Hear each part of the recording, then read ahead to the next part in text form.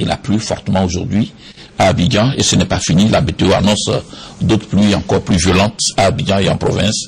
Il y a eu de nombreux dégâts et des pertes en vie humaine. Le reportage de Mambo Abbé. Abidjan s'est réveillé dans le désastre ce jeudi matin, désemparé par une pluie diluvienne qui a occasionné de nombreux dégâts. Les forces de défense et de sécurité ont dû utiliser tous les moyens pour évacuer les personnes prises en otage par les eaux. Le quartier est inondé et là on a demandé le concours du GREP pour procéder à l'évacuation des habitants. Donc il y a deux canoës qu'on utilise pour évacuer les personnes qui sont prises au piège dans leur maison.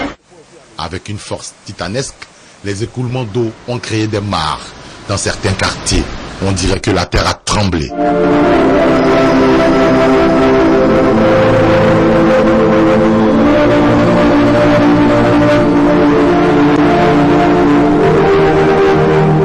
Les ménages ont été visités par l'eau toute la nuit. Les quartiers luxueux, comme la Riviera à Labra par exemple, présentaient un visage précaire ce matin. On n'a pas dormi toute la nuit.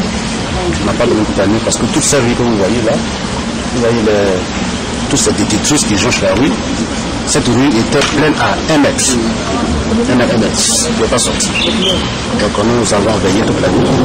Ce matin, nous avons essayé de voir si on pouvait aller au travail, mais ce n'est pas possible. Alors nous attendons que les choses arrivent. Dans les quartiers à haut risque comme Gobelé, on s'attendait au pire. Situé dans un creux, ce quartier précaire n'est jamais loin du sinistre en cas d'intempérie. Et bien c'est arrivé. Alors, selon les explications que nous avons recueillies dans le quartier de Gobelé, il s'agissait d'un homme qui dormait avec ses 2 enfants qui ont été surpris dans la nuit par l'effondrement de la clôture d'une villa qui se trouvait en hauteur, qui a cassé le toit et qui les a tués sur le coup.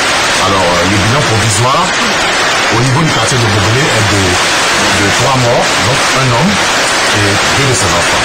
La nature se déchaîne à travers le monde et la Côte d'Ivoire n'est pas épargnée. Si la météo reste en l'état, le pays risque de faire face à une catastrophe humanitaire avec d'énormes dégâts matériels et en vies humaines, comme au Brésil ou en Chine, où il y a des milliers de morts et des centaines de disparus.